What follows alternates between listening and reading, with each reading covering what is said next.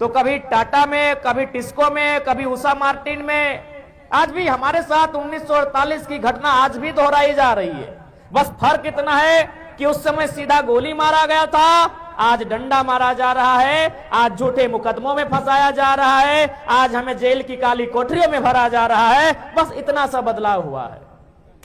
आज भी स्थिति वही है। उस समय गोलीकांड में शामिल थी उड़ीसा की मिलिट्री फोर्स यानी उड़ीसा की सरकार, और आज की गोलीकांड में शामिल है ये उद्योग घराने, आज ये कंपनी शामिल है आज की गोलीकांड में। हम तो कोल्हान आए हुए थे श्रद्धांजलि देने के लिए, लेकिन कल शाम से लेकर अभी तक लगभग हमें 1 दर्जन आवेदन मिला है, 1 दर्जन शिकायत हमें मिला है। उन शिकायतों में क्या लिखा है कि नवा मुंडी में किसी ने हमारे जमीन पर पाइपलाइन बिछा दिया है, किसी ने हमारी जमीन पर कारखाना बढ़ा दिया है, लेकिन हमें आज तक मुआवजा नहीं मिला है। खरसवां का गोलीकांड वही था, जमीन बचाने की लड़ाई थी। आखिर खरसवां का गोलीकांड क्या था?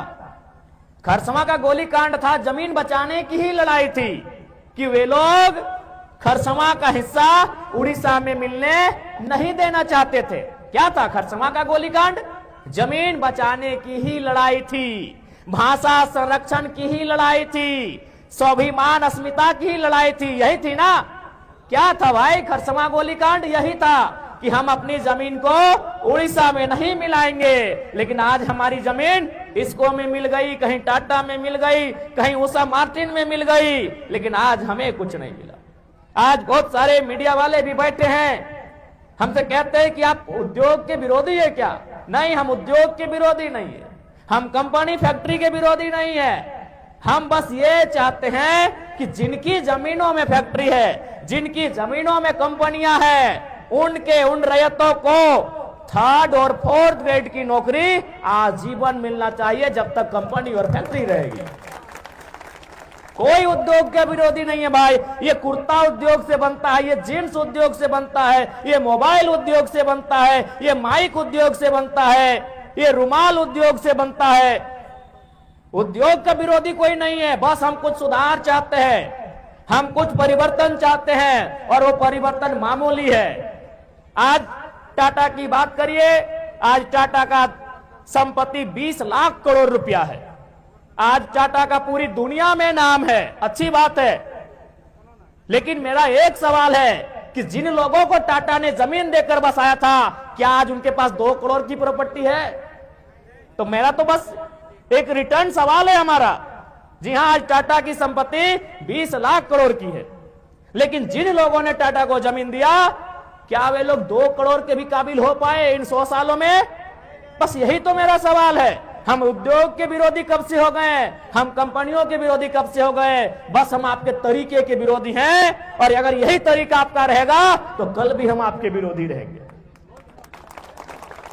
आज बहुत सारे लोग कहते हैं कि जयराम महतो जिन बातों को उठाते हैं वो बातें पूरी नहीं हो सकती है। जयराम महतो जमीन वापसी की बात उठाते हैं, जयराम महतो रैयतों को पीढ़ी दर नौकरी करने की बात करते हैं। अरे कम से कम हम उठाते हैं तो मेरे बाद अगला पीढ़ी को स्मरण तो रहेगा कि हाँ क्या बोल के गए हैं। आज अगर 1907 में जमीन देने वाले बोल के जाते कि यहां से यहां जमीन हमारी है, तो आज 2024 में ही मालूम होता कि वो जमीन हमारी है। आपने बोला नहीं, इसलिए आज भूल गए हैं। आज जयराम महतो कम से कम बोल रहा है, तो इसके बाद वाली पीढ़ी को भी जानकारी में रहेगा कि जयराम महतो क्या बोल के गए हैं।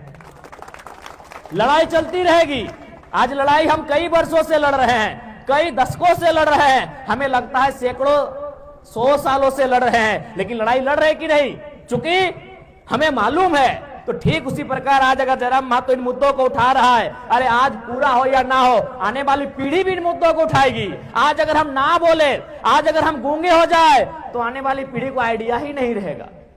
ठीक है, हम मानते हैं कि जिन विषय को मैं उठा रहा हूं सदन में, जमीन वापसी का मुद्दा, रैयतों को 3rd और 4th ग्रेड में आरक्षण का मुद्दा, ठीक है, हो या ना हो ये सदन का मामला है, लेकिन कम से कम आपके जहन में तो है, आपकी जानकारी में तो है, और आपको भी ये तो तर्क संगत तो लगता है कि हाँ ऐसा होना चाहिए। मेरे बाद कोई और उठाएगा, लेकिन आज अगर जयराम महतो ना बोले तो मेरे बाद कौन बोलेगा फिर? इसलिए मैं जो विषय उठाता हूं, भले वो टेढ़ी खीर हो, भले वो असंभव दिखता हो, लेकिन हमें उस विषय में बढ़ना चाहिए, हमें उस दिशा में आगे बढ़ना चाहिए। बस हमारी यही तो फरियाद है। आज बताइए हम क्या विषय उठाते हैं। आज देखिए एक भाई आके बताए कि सीओ प्रति डिसमिल 1000 रुपए मांग रहा है। हम जमीन की लड़ाई तो आज भी लड़ रहे हैं। सरायकेला गोलीकांड की कहानी हमारे साथ आज भी दोहराई जा रही है। बस फर्क इतना है कि वहां 50,000 लोगों को एक साथ गोली मारा गया था, यहां कभी 5 लोगों को मारा जाता है, कभी 50 लोगों को मारा जाता है, कभी 500 लोगों को मारा जाता है। फर्क इतना है कि वहां जान से मारा गया था, आज लाठी डंडे से मारा जाता है। फर्क यह है कि वहां मिलिट्री से मारा गया था, यहां झारखंड पुलिस से मारा जाता है। कभी सीआईएसएफ कभी सीआरपीएफ के बहाने हमें मारा जाता है। बस यही फर्क है कि इस बार हमारे जान नहीं लिया जाता है, हमारी जान को बख्श दिया जाता है। बदले में हमें कानून के कुछ दांवपेच में उलझा के रख दिया जाता है, हमें डरा धमका के रख दिया जाता है और हम पीछे हट जाते हैं। इसलिए आज हमें लगता है झारखंड की जनमानस को एक पुनः उलगुलान की आवश्यकता है। आज देखिए अभी स्टूडेंट वो 15 सालों से 10 सालों से किसी एग्जाम की तैयारी करते हैं। जब उनको लगता है कि नहीं हमारे साथ धोखा हुआ है, वो कभी सड़क जाम कर देते हैं, कभी आगजनी जैसी घटनाओं को अंजाम देने से पीछे नहीं हटते हैं, तो बहुत सारे और घटनाओं को अंजाम दे देते हैं। जबकि वो नौकरी की तैयारी 10 साल से करते हैं ना। यानी जो युवा जो स्टूडेंट 10 साल से नौकरी की तैयारी कर रहे हैं, उनके अंदर इतना गुस्सा है, तो ये जमीन बनाने में हमें कई पीढ़ी लगी है, हमारा गुस्सा कितना होना चाहिए। अरे भाई, जबकि वो नौकरी उनकी गारंटी नहीं है। कोई युवा जो आज तैयारी कर रहा है, अच्छी बात है, वो स्टूडेंट है, वो पार्टिसिपेट किया है, लेकिन क्या वो गारंटी है कि वो नौकरी उसको मिलेगी? लेकिन वो जमीन हमारी गारंटी है, तो हमारा गुस्सा कितना होना चाहिए।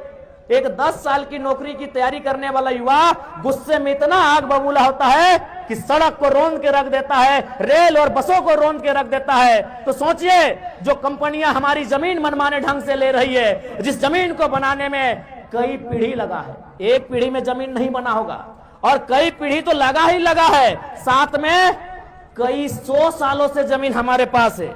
अरे नहीं करने से भी कम से कम मुगल काल से तो जमीन हमारे पास है, अंग्रेज काल से पहले की जमीनें हैं, ये तो सभी जानते हैं। यानी 300 से कम किसी का जमीन नहीं है, 400-500 साल से कम का जमीन किसी का नहीं है। तो 10 साल में जो नौकरी की तैयारी करने वाला युवा गुस्सा हो सकता है, तो 500 साल की हमारी जमीनें, हमें कितना गुस्सा आना चाहिए, उन किसानों को कितना गुस्सा आना चाहिए, उन रैयतों को कितना गुस्सा आना चाहिए कि नहीं आना चाहिए।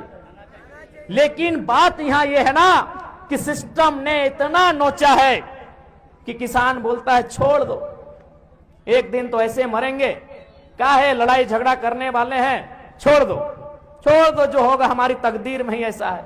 कभी आप एक बात सोचे हैं कि भाई जयराम महतो के पीछे झारखंड के लोग दृष्टि क्यों गड़ाए हैं ना? वास्तव में एक किताब का हम एक उदाहरण आपको देते हैं। उस किताब का नाम है झारखंड के विस्थापितों का दर्द। उस किताब को लिखा है पुरुलिया के ज्योतिलाल महतो ने। उस किताब में वो बहुत मार्मिक लाइन लिखा है। वो कंपनियों से विनती करते हुए एक लाइन लिखा है कि हमें छोड़ दो, हम कालांतर से युद्ध लड़ते लड़ते थक गए हैं, अब हमें दामोदर और स्वर्णरेखा की नदियों के किनारे शांत रहने दो, हमें अपने घर परिवार के साथ शांत रहने दो, हम लड़ाई लड़ते लड़ते थक गए हैं। सच्चाई यही झारखंड की है, ये लड़ाई लड़ते लड़ते थक गए हैं, ये पुलिस का लाठी डंडा खाते खाते हार गए हैं। इसीलिए जयराम महतो के अंदर हर झारखंडी को अपना दर्द दिखता है, इसीलिए उसकी सपोर्ट की जा रही है।